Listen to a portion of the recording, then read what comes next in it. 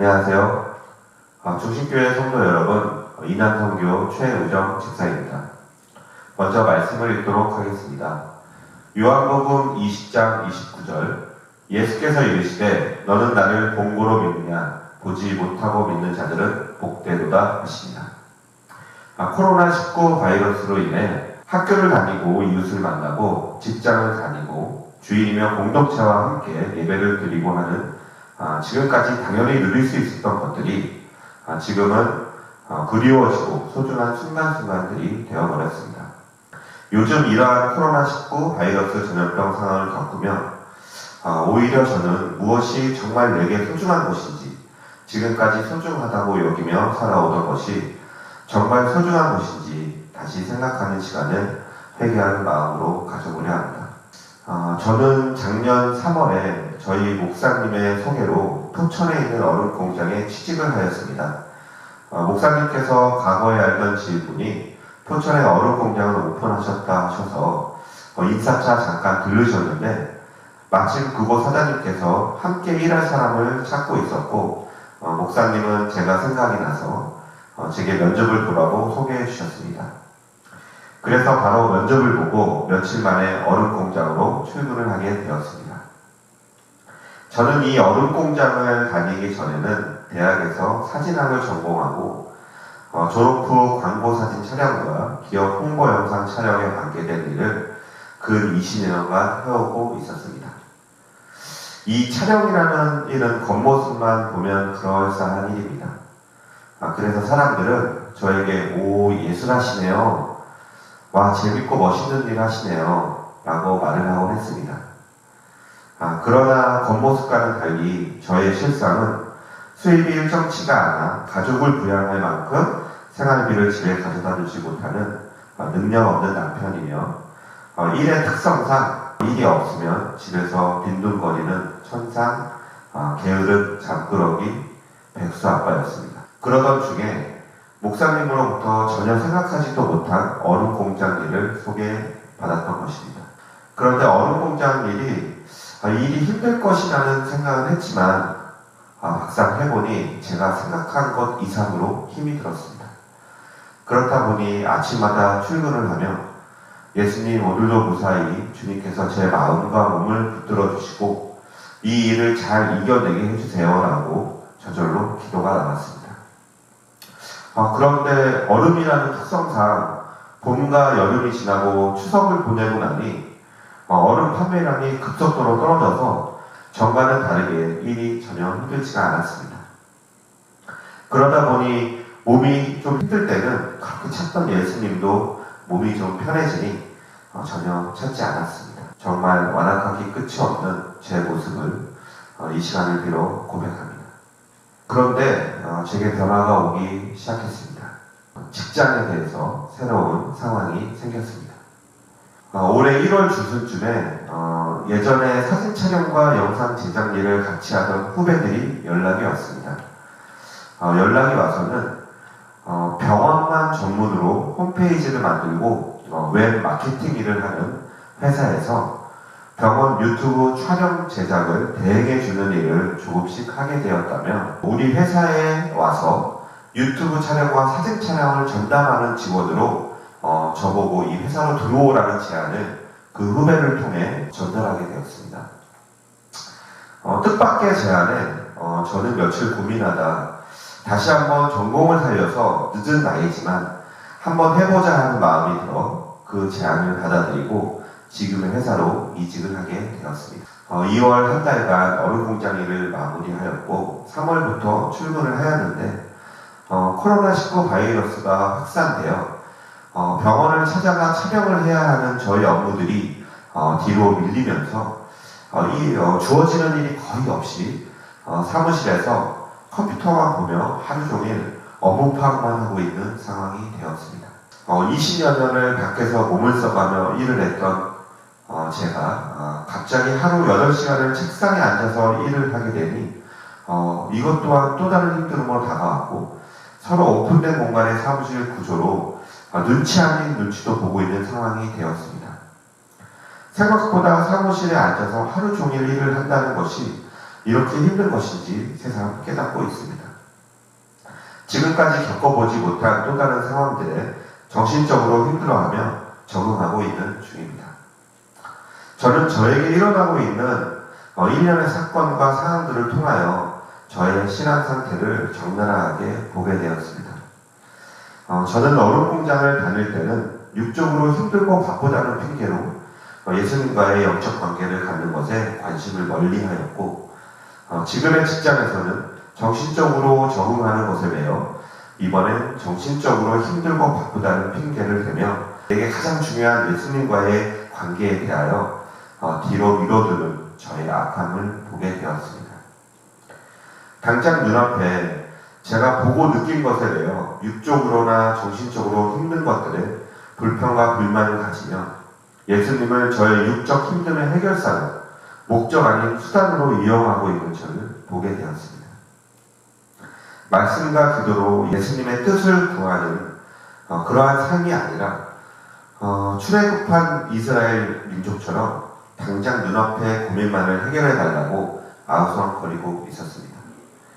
코로나19로 인하여 경제 상황이 정말 힘들어지고 직장의 존폐를 걱정하는 이 위중한 시기에 전혀 생각지도 못하게 전공하던 일을 다시 시작하게 되었음에도 불구하고 저는 예수님이 이 모든 것을 인도하신다는 것을 인지하지 못하고 당장 눈앞의 그 짐과 걱정만을 치워달라는 제 모습을 이 시간뒤로 주님 앞에 회개합니다. 사실 이쪽으로 회사를 옮기는 시점이 보름만 늦었어도 코로나 사태의 확산으로 회사에 일이 차질이 생겨 옮기지 못하는 불상사가 생겼을 것입니다. 주님의 정확한 인도하심을 감탄할 뿐입니다.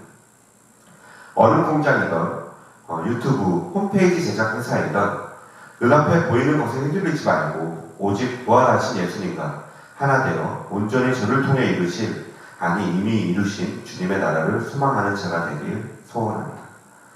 눈앞의 상황과 사건들에 대해 보고 느껴야 믿어지는 육적 믿음이 아니라 이 모든 것을 주관하시고 인도하시는 부활하신 예수님이 바로 내 심령 안에 오셔서 저 대신 살아주시는 것이 오직 성령의 은혜로만 믿어지고 또한 예수님과 함께 합력해서 이루시는 주님의 나라를 소망하는 제가 되길 소원합니다.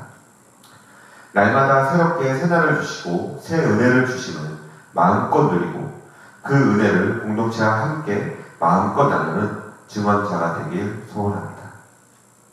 지금까지 경험해보지 못한 것에 대한 두려움이 아닌 가장 좋은 곳으로 인도하시고 내 심령 안에 임재하신 예수님의 은혜로 평안과 기쁨되는 순간순간을 바로 지금 누리고 나누는 저와 여러분 그리고 이 나라와 온 인류가 되길 기도합니다. 이미 이루신 주님께 감사합니다.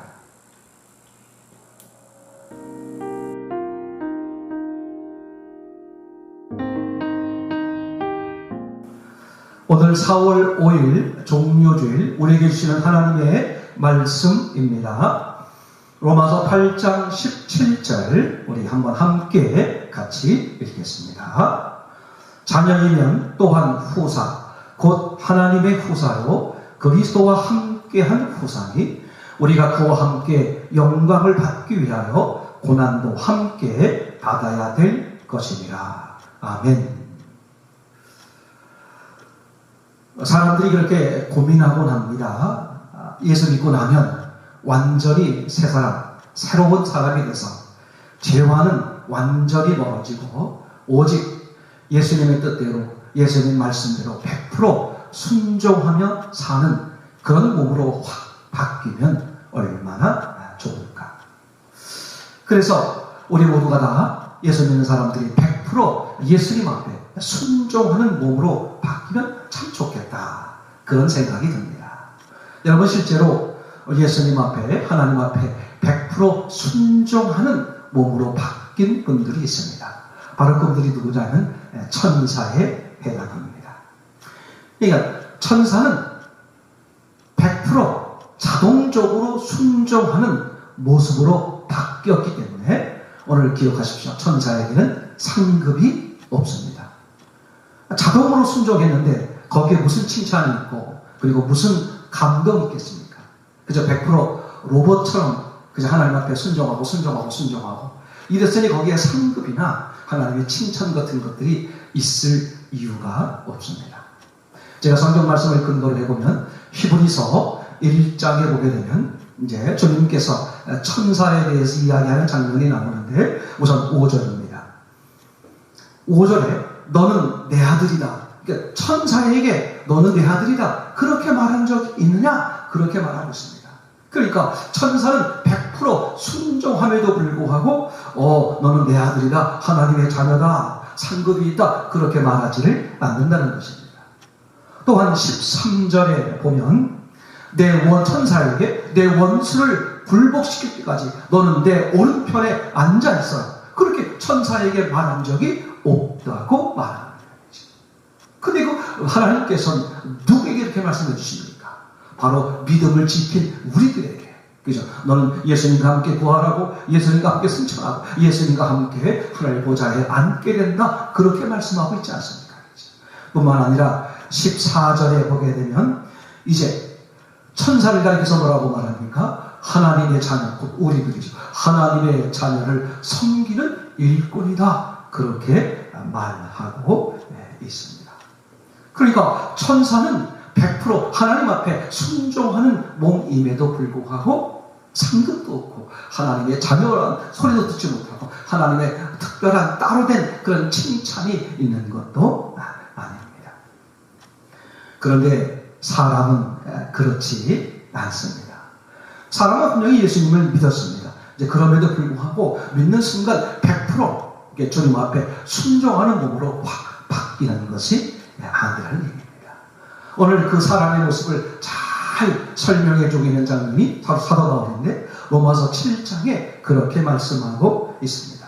우리가 잘 아는 얘기 로마서 7장 18절부터 제가 한 절 한 절 간단하게 말씀을 드려보겠습니다. 로마서 7장 18절에 보게 되면 선을 행하기를 원하나 행할 능력이 없다. 그렇게 바울이 표현을 합니다. 그리고 19절에는 원하는 선은 행치 않고 원치 않는 악을 행하는도다 하고 바울 자신을 보면서 또한 그렇게 말합니다.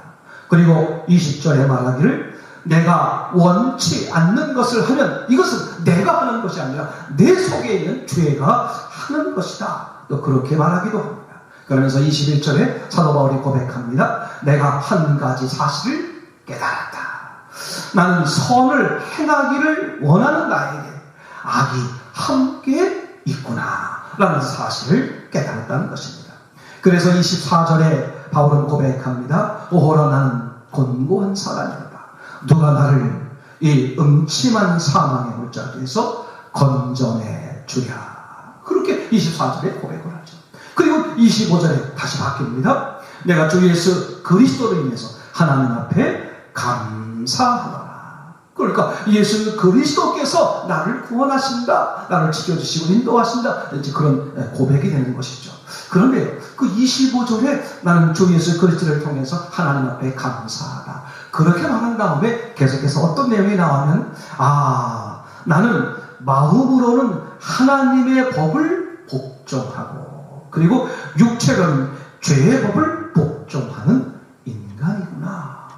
그러니까 사도 바울이요 하나님 앞에 예수 그리스도 앞에 감사하다고 고백하면서 뭐라고 말해? 내 안에는 두 가지가 있다는 거예요. 두 가지가. 어떤 모습이 있다? 하나는 하나님의 법을 순종하고 하나님의 법을 복종하려고 하고 또 하나는 육체의 죄의 법을 복종하는 그런 양면성을 가지고 있는 게 바로 나요 인간이구나.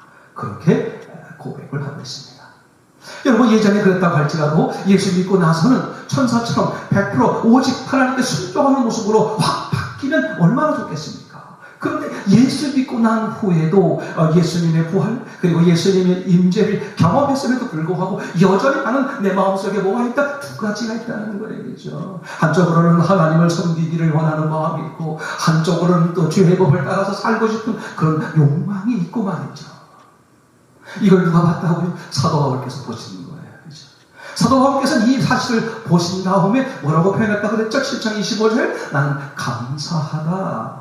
아니 이 갈등 속에서 감사한다는 거예요. 여러분 우리가 신앙생활 하면서 요즘처럼 곤고한 때 이 갈등 때문에 얼마나 어려워요. 그죠? 하나님의 뜻대로 살아야 되는데 자꾸 내 마음속에 그죠? 죄로 인해서 내 마음속에 자꾸 육의 욕심을 따라서 육의 욕구를 따라서 죄의 법을 따라서 사망의 법을 따라서 살려고 하는 욕구가 그것 때문에 실패하고 넘어지고 그런 갈등 그런 일들이 얼마나 많이 벌어집니까? 그것 때문에 얼마나 곤고하고 얼마나 힘들고 얼마나 어려워하냐 그런 말이죠. 그죠? 사도 바울이 사실을 안 거예요. 자신의 모습을 봤단 말이죠. 사람의 모습을 봤단 말이죠. 이런 갈등의 구조를 봤단 말이죠. 근데 뭐라고 고백해요? 예수 그리스도를 통하여 하나님 앞에 감사하노라. 아니 이 갈등의 요소가 힘들어 어려워요. 정말 못 살겠어요. 그렇게 고백하는 게 아니라 오늘 사도 바울은 뭐라고 고백했다고요? 오히려 감사하다. 그렇게 말하고 있다는 것이죠. 아니 이 갈등 구조에 있는데 왜 감사하다고 말을 하고 있을까요? 그게 천사와 다른 거예요. 그게 하나님께서 우리 사람들을 특별하게 창조하는 것이죠. 하나님의 자녀를 삼았다고 해서 다시는 죄를 짓지 않도록 다시는 죄를 싹 사라지도록 완전한 그런 몸으로 바꾸는 것이 아니라 여전히 죄 가운데 노출될 수 있도록 그렇게 하나님이 허락하시고 만드셨다는 거예요. 그렇게 해서 사람들은 그런 갈등 속에서 뭘 하게 하려고요? 바로 하나님을 바라보게 하려고 하는 것이죠.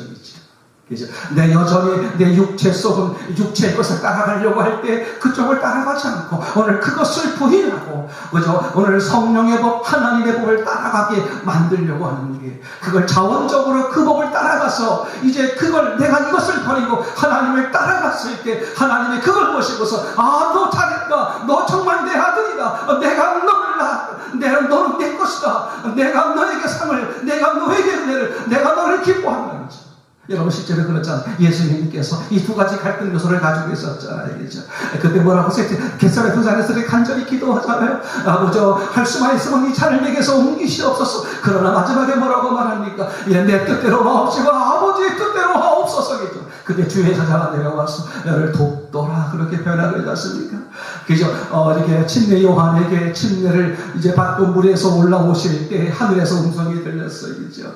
여러분 그 의미가 뭐겠습니까? 내가 하나님임에도 불구하고 내가 하나님의 아들임에도 불구하고 내가 너희들을 구원하기 위해서 이제 그런 의미의 기죠. 침례 요한에게 침례를 받지 않습니까?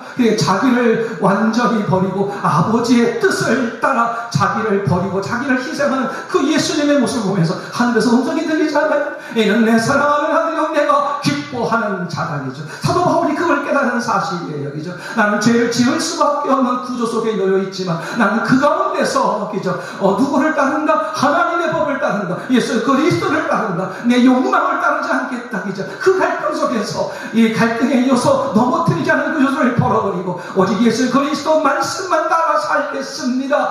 그렇게 그 예수 그리스도를 바라보고 함께 하신 성령을 바라보고 사는 삶을 살 때 주님께서 뭐라고 칭찬한다고요? 너 잘했다 충성된 종아이지요. 내가 너를 기뻐한다. 너는 내 아들이다. 너에게 칭찬하며 너에게 격려하며 상급을 주시는 것 아니겠습니까? 그 사실을 누가 봤다고요? 사도 바울이 봤기 때문에 나는 예수 그리스도를 통하여 하나님 앞에 감사한다. 그렇게 말하고 있죠. 여러분 로마서 8장 1절 이하에 보게 되면 이렇게 계속해서 이야기가 이루어지고 있는 것을 볼 수 있습니다. 8장 1절에 보면 그리스도 예수 안에서는 정죄함이 없다. 사도 바울은 양쪽의 갈등을 가지고 있었지만 인간은 누구나 양쪽의 갈등을 가지고 있지만 누구 안에서 인그리스도 예수 그리스도 안에서는 정죄함이 없다. 그죠? 그 갈등 속에서 누구를 바라봐라? 예수 그리스도를 바라봐라. 누구를 바라봐라? 함께 하신 예수 그리스도 성령을 바라봐라. 그 성령을 바라보았을 때 그저 어떻게 된다? 죄를 이기게 되고 죄를 짓지 않게 되고 정죄함이 없게 된다. 왜 그렇게 될 수 있느냐? 이전에 이렇게 말하고 있죠. 왜냐하면 성령의 법이 죄와 사망의 법에서 너를 해방하였기 때문이다. 그렇죠. 양쪽 갈등에서 성령의 법과 죄의 법이 나는 이제 갈등 구조에 있단 말이죠. 그때 내가 죄의 법을 따르지 않고 성령의 법을 따르니 나와 함께 살아주시는 성령, 나를 인도하시는 그 성령, 그분을 따라가는 거예요. 그분을 따라갈 때 그 성령께서 성령이 나를 도우셔서 내가 죄의 법을 이기고 이길 수 있도록 만들어 주셔서 넉넉히 죄로부터 해방되는 삶을 살게 하는 것이죠. 8장 13절에 보면 이렇게 써 있습니다. 육신을 따라 살면 죽는다. 성령의 법을 따라 육신의 행실을 죽이면 산다. 그러니까 하나님께서는 예수 믿는 우리에게 어떤 구조를 계속해서 놨다고요? 이 갈등 구조를 계속 분고하겠죠. 그럼에도 불구하고 나는 하나님을 바라보겠습니다. 그럼에도 불구하고 나는 예수 그리스도를 따라가겠습니다. 그런 자에게 상급이 있고 그런 자에게 칭찬이 있고 그런 자를 기뻐하시겠다는 하나님의 계획인 것이죠. 14절에 보면 이렇게 말합니다. 성령의 인도를 받는 자는 하나님의 아들이다. 그죠? 아멘. 여러분, 천사는요 100% 순종함에도 불구하고 하나님의 천사에게 너는 내 아들이다, 하나님의 아들이다, 그죠? 내가 너를 기뻐한다, 그렇게 말씀하고 있지 않단 말이죠. 누구에게만 이 갈등 구조에 있을 때, 그죠? 내가 죄를 따라갈 수도 있지만 나는 죄를 따라가지 않겠습니다. 오직 성령님을 따라가겠습니다. 그렇게 성령님을 따라가는 그들에게 주님이 기뻐하고 주님이 자멸하고 칭찬해 주시고 주님이 은혜를 부어 주시는 것을 우리는 보게 됩니다. 그러니까 사도 바울이 감사한 것은 내가 이 갈등 속에서 내가 이걸 이길 수 있다 그런 뜻이 아닙니다. 나는 이길 수 없다. 그래서 오호라 나는 권고한 사람이면서 누가 나를 이 사망의 음침한 골짜기에서 건져내랴 이렇게 말할 때 그저 사도 바울은 누구를 의지하는 거에 8장에 등장하는 바로 성령, 나와 함께 하신 성령. 그분이 이기게 하십니다. 그분이 이기게 하십니다. 그분이 이기게 하십니다. 나는 이 갈등 구조에서 오직 누구를 보겠다? 성령님을 보겠다. 함께 하신 예수 그리스도를 보겠다. 그로 인하여 감사하다. 사도 바울이 그렇게 고백하고 있는 것이죠. 여러분, 분명한 사실입니다. 이렇게 권고한 중에 있을 때 이제 사람들의 모습이 다 드러나게 됩니다. 신앙의 진짜 모습과 신앙의 가짜 모습이 다 드러나게 됩니다. 에이, 하나님이 어딨어? 정말 뭐 다 그런 거야. 그렇게 말하는 사람도 있을 것이고요. 또 더 나아가서는요, 그냥 이 예수님은 보이지 않고, 말씀은 보이지 않고, 하나님의 계획은 보지 않고, 이 공포 속에 빠져서, 패닉에 빠져서, 어쩔 줄 저쩔 줄 몰라서 하루하루를 겨우겨우 보내는 사람도 있을 것이고요. 그러나 분명한 사실은요, 하나님이 계획하신 것이고, 하나님이 주신 것이고, 하나님이 살리기 한 것이고, 오늘 이 상황이 조건 가운데서도 그럼에도 불구하고 네가 예수 그리스도를 바라보느냐, 예수님을 인정하느냐, 예수님의 도움을 청하느냐, 오늘 예수님의 인도를 받겠느냐, 예수님을 바라보느냐 하는 그것을 보시겠다는 것이 하나님의 계획임을 믿습니다. 여러분 기억하시기 바랍니다.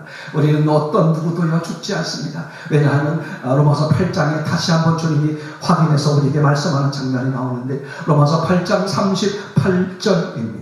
내가 확신하노니 사망이나 생명이나 천사들이나 권세자들이나 현재일이나 장래일이나 능력이나 높음이나 깊음이나 다른 아무 피조물이라도 우리를 우리 주 그리스도 예수 안에 있는 하나님의 사랑에서 끊을 수 없느니라. 아멘. 여러분 기억하시기 바랍니다. 예수님은 바로 우리의 주, 우리의 구원자, 우리의 하나님이십니다. 우리가 정한 게 아니에요. 하나님이 정한 거죠. 너희가 죽였던 예수님을 하나님이 살리셔서 너희의 주와 그리스도가 되게 하셨느니라. 무슨 뜻이죠? 바로 하나님께서 우리의 주, 우리의 하나님으로 만들어 주셨다는 거예요. 아멘. 얼마나 놀라운 사실입니까? 나는 부족하다. 나는 형편없습니다. 상관없어요. 그죠? 우리는 뭘 고백하면 됩니까? 부활하신 예수님 바로 나의 주, 나의 하나님이십니다. 예수님이 나의 생명, 나의 길, 나의 진리이십니다. 예수님이 내 모든 것입니다. 예수님이 나의 모든 주관자이십니다. 예수님은 나의 왕이십니다. 그런 고백하는 것을 주님은 원하시는 것이죠. 이런 교회를 통해서 오늘 우리 이 갈등 구조 속에서 예수 그리스도를 바라볼 수 있기를 바랍니다. 오늘 내가 이 문제를 해결할 수 없습니다. 여러분, 내가 어떤 문제를 해결할 수 없습니다. 이 문제를 해결할 수 있는 구조는 바로 하나님께서 그렇게 설교하셨는데 하나님 자신 예수 그리스도 우리와 함께 하신 성령 그분만이 해결할 수 있도록 만들어 놓으셨습니다. 여러분, 우리가 창세기를 계속해서 공부해 왔습니다. 창세기의 원리를 가만히 생각해 보시기 바랍니다. 하나님께서 사람을 만들 때 어떻게 만들었다고요? 전능하심에도 불구하고 완성태로 만든 것이 아니라 발전태로 만들었다. 그렇게 말씀을 드렸어요. 사람에 대해서만 발전태로 만들었어요. 왜 그랬을까요? 그죠? 그럼에도 불구하고 그리 아니할 수 있음에도 불구하고 나는 하나님을 선택하겠습니다. 하나님을 바라보겠습니다. 하나님의 뜻대로 살겠습니다. 주님만이 내 생명, 내 길, 내 진리입니다. 그렇게 고백하는 신앙, 그렇게 고백하는 사람을 원하시기 때문에 그죠? 그걸 하나님이 인격적으로 창조했다. 그렇게 말하는 것 아니겠습니까? 여러분, 마지막으로 여러분에게 다시 한번 말씀을 상기하려고 합니다. 그래서 우리는 예수 믿는 사람임에도 불구하고 반드시 갈등 구조를 가지고 있습니다. 그래서 오늘 본문의 말씀에 제가 뭐라고 읽어드렸습니까? 자녀이면, 즉 우리가 하나님의 자녀이면 하나님의 후사, 하나님의 상속자다. 우리는 하나님의 상속자다 그런 말이에요. 그죠? 무슨 상속자? 천사가 하나님의 상속자가 아니, 천사는 100% 순종함에도 하나님의 상속자가 아닙니다. 누구에게만? 우리 사람에게, 어떤 사람에게만? 하나님의 자녀인 사람의 이 갈등 구조에서 나는 하나님을 바라보겠습니다. 하나님의 은혜로 살겠습니다. 그렇게 하나님의 자녀가 된 바로 그 사람들이 하나님의 모든 것의 상속자라는 것이죠.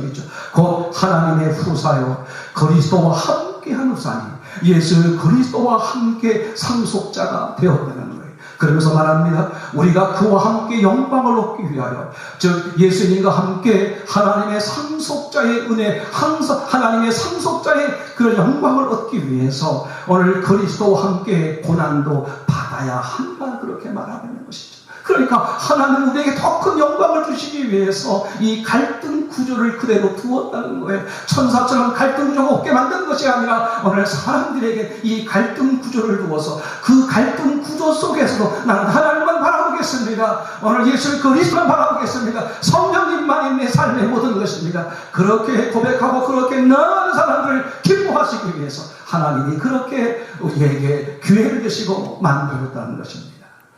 여러분, 노아 방주 사건을 너무나 잘 아실 것입니다. 방주, 다른 말로 말하면 배에 해당하는 것이죠. 여러분, 배와 방주의 근본적인 차이가 뭔지 아십니까? 배와 방주의 근본적인 차이점 생각해 보세요. 배는 반드시 뭐가 있습니까? 운전대, 추진력이죠. 추진력이 엔진이든 간에 노가 됐든 간에, 그죠? 배는 반드시 운전대가 있습니다. 근데 방주는 어때요? 추진력, 운전대가 노가 없어요. 그게 근본적인 차이점이죠. 그러니까 배는요, 반드시 누가 있어야 돼? 운전수가 있어야 되겠죠. 그래서 이제 엔진을 통해서, 이제 키를 통해서, 노를 통해서, 이제 배가 자기가 하고 싶은 방향으로 나아가는 게 배죠. 방주는요, 운전대가 없어요. 키가, 노가 없어야겠죠. 그러니까 어떻게? 운전대가 필요가 없는 거예요. 운전수가 필요 없는 것이죠. 그러니까 노아의 방주, 그죠? 왜 하나님께서 노아의 식구들을 구원하실 때 왜 방주를 만들어서 구원했을까? 그냥 노아의 식구들만 딱 빼놓고 나머지 식구들은 전능하시니까 그냥 죽여버릴 수 있는데 왜 굳이 방주를 만들어서 그 안에 탄 노아 식구들만 살게 만들었을까? 그게 배가 아니라 방주란 말이죠. 방주는 뭐가 없다고? 운전대가 없어요. 자기 마음대로 할 수 있는 게 아무것도 없어요. 그 방주는 누가 해야 돼요? 그죠? 하나님이 이끄셔야 돼. 바로 그걸 보는, 그걸 믿음이라는 것이죠. 그죠? 요즘, 맞아요. 지금은 풍랑입니다. 노아 홍수 때는 물의 풍랑이었죠. 지금은 뭡니까? 지금은 코로나의 풍랑입니다. 이 코로나의 풍랑에서 우리는 어디를 타야 돼? 배를 타면 안 돼. 요렇게 하면 살아. 요렇게 하면 괜찮아. 요렇게 하면 좋을 거야. 그렇게 배를 타면 안 됩니다. 뭘 타야 됩니까? 방주를 타야 돼요. 방주. 그죠? 지금 시대에 방주를 타야 됩니다. 방주에 탔어요. 방주에 타면 문을 누가 닫아줘요? 오늘 노아 홍수에 보시면 하나님이 문을 닫으셨다고 그랬어요. 그죠? 문을 닫으신 하나님께서 누가 만들라고 그랬어요? 하나님이 만들라고 그랬어요. 하나님이 만들라고 하는 대로 만들었고 다 탔더니 하나님이 문을 닫으셨고, 그러면 거기에 운전대가 누가 책임져야 돼요? 하나님이 책임져야 되는 것이죠. 방주에 타는 사람은 그걸 알았던 거예요. 그죠? 방주에 타면 내가 할 수 있는 것은 아무것도 없어. 하나님이 책임지실 거야. 하나님이 책임지죠. 그 믿음 있는 사람들을 구원하시겠다. 그런 말 아니겠습니까? 그 믿음의 사람들을 칭찬하겠다. 그 믿음의 사람들을 하나님의 아들이다. 내가 기뻐한다. 그렇게 말하지 않겠습니까? 여러분, 지금 같은 이제 세상에 바로 이런 노아 홍수, 물의 홍수는 아니지만 이런 험난한 시대, 노아 홍수 같은 그 시대에 여러분, 우리는 다 믿음의 방주에 탈 수 있기를 바랍니다. 이 갈등 구조 속에서도 맞습니다. 예수 그리스도 우리를 책임질 분은 예수 그리스도 하나님 성령님 뿐입니다. 그분만을 바라보고 그분만을 의지고 나의 모든 것을 그분께 맡기겠습니다. 그런 믿음으로 헤쳐나가는 복 있는 귀한 저와 여러분 되시기를 간절히 소원합니다. 아멘.